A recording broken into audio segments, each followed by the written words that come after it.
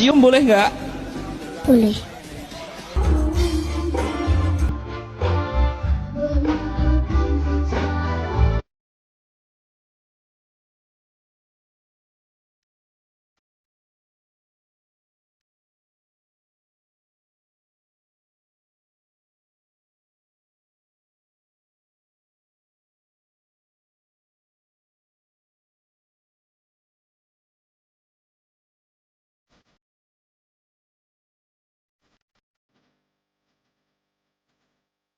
Kamu boleh dicium sekali lagi nggak? Boleh toh. Boleh. Tapi dicium gosek senang nggak? Seseneng toh. Wong gose. Assalamualaikum warahmatullahi wabarakatuh. Salam ukhuwah Islamiyah, salam ukhuwah watoniyah, salam ukhuwah insaniyah. Selamat datang kembali di Mr. Channel. Seperti biasa teman-teman, tetap seruput kopinya ya. Dan sambil nikmati cemilannya, jangan lupa jaga kesehatan teman-teman ya. Sekarang lagi ramai diperbincangkan sosok Gus Ilham Yahya yang tadi kita tampilkan beberapa cuplikan videonya. Saat ini NU sedang menjadi bulan-bulanan dari pihak luar ya, baik dari kalangan Wahabi maupun non-Wahabi. Akan tetapi sebenarnya NU ini tidak diajar dari orang luar NU saja teman-teman. Namun NU juga ya baik sengaja maupun tidak sengaja telah diacak-acak oleh oknum ya, enggak satu dua oknumnya ya, terutama dari pihak pendakwah-pendakwah yang kami mau mentolelirnya ini kesusahan. Gus Ilham Yahya ini sebenarnya beliau putra kiai teman-teman ya, putra kiai kalau nggak salah di Kediri, Kiai siapa, Kiai Dofir siapa ya, dan kakek beliau juga seorang tokoh pendiri Pondok Al-Ikhlas teman-teman.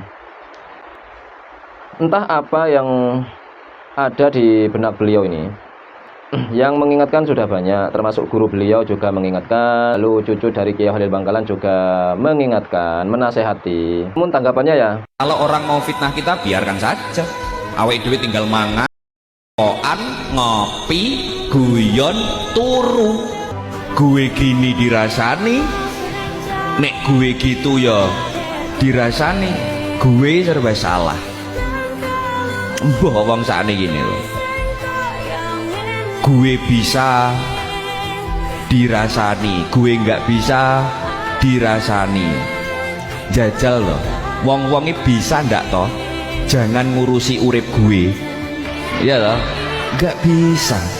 Maksud kuloi cukup gue aja ngono lo yang ngatur urip gue. Maksud kuloi ngoten, loloi jangan ikut-ikut ngopeni urusan gue.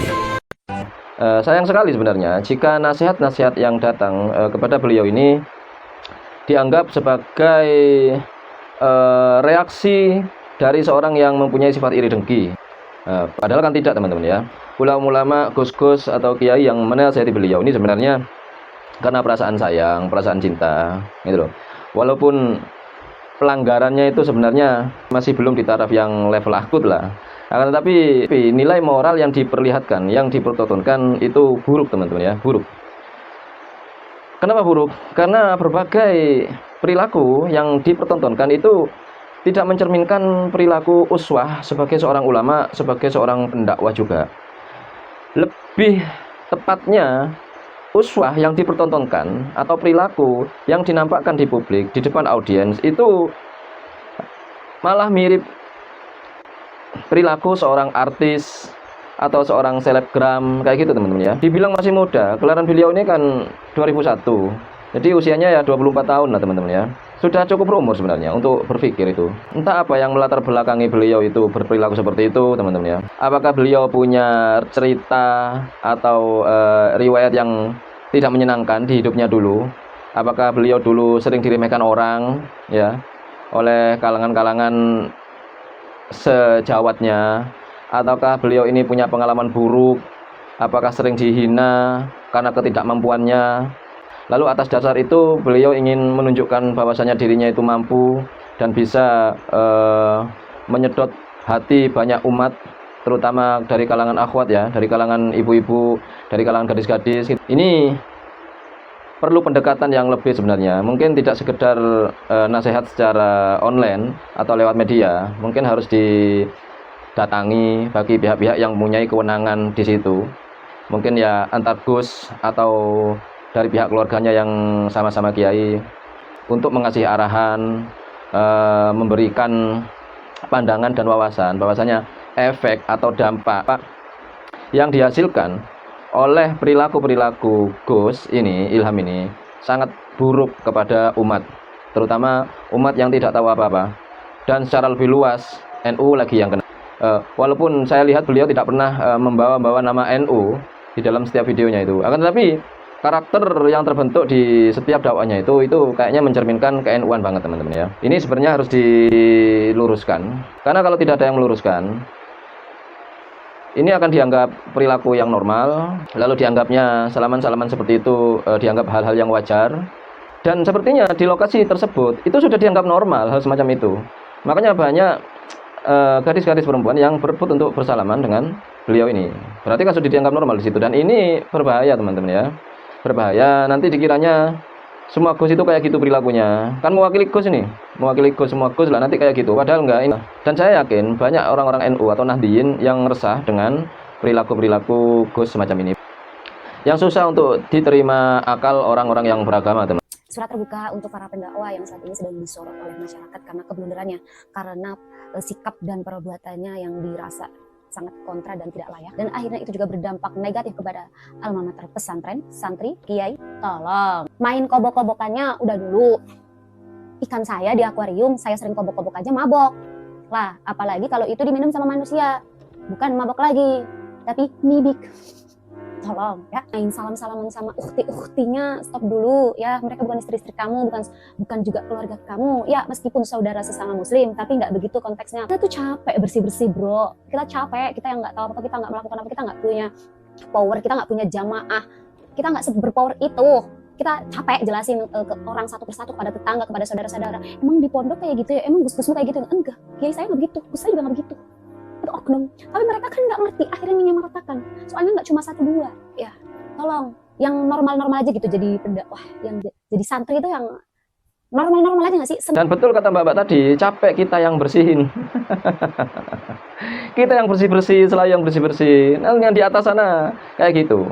Memang benar, NU tidak butuh orang-orang seperti kami untuk membela, tidak. Cuma secara naluri sebagai seorang santri dan sebagai seorang Nahdliyin, saya merasa tergugah untuk membantah, untuk beradu argumen dengan orang-orang yang selalu menyerang NU atau menjelek-jelekan NU. Dan ternyata ada Gus ini yang sekarang lagi digoreng rame-rame teman-teman ya. Walaupun tuh saya yakin dakwahnya beliau itu bagus, itu yakin, pasti ada nilai baiknya pasti. Yang nilai negatifnya hanya ini teman-teman ya, salaman-salaman sama ukti-ukti itu, kemudian cium-ciuman, dikokop segala macam itu yang sobia-sobia teman-teman ya. Untuk segi dakwah kepada orang-orang bertato segala macam itu salut lah ya, respect kali. Mungkin gaya-gaya selebgramnya itu, gaya-gaya artisnya itu mungkin agak sedikit dikurangi Gus ya. Karena Anda kan berdakwah, bukan ingin menjadi artis, bukan ingin menjadi sebuah public figure yang hanya menjadi sorotan dan tontonan. Tetapi Anda dipersiapkan dan Anda sangat diharapkan untuk menjadi tuntunan, karena NU ini butuh figur-figur baru dari generasi muda yang semakin mencerahkan umat, yang semakin aktif dan berkemajuan dalam segi berpikir serta berkualitas dalam keilmuan dan agamanya Gus. Seperti itu ya, terutama uswahnya, contohnya ya, perilakunya yang ditampilkan itu. Kenapa saya bisa mengatakan dakwah Gus Ilham ini positif? Karena saya sudah lihat akun Instagramnya dan memang beliau berdakwah.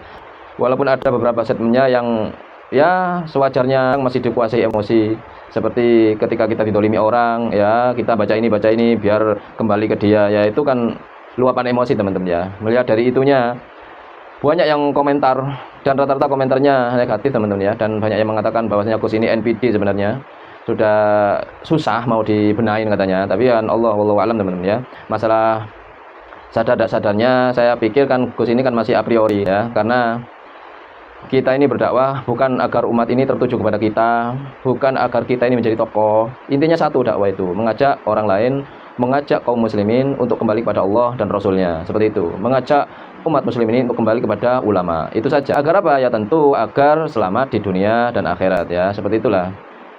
Baik, itu saja teman-teman. Jangan menganggap saya ini benci kepada Gus Ilham Yahya. Tidak ada kebencian sama sekali. Ini hanya kritik yang membangun.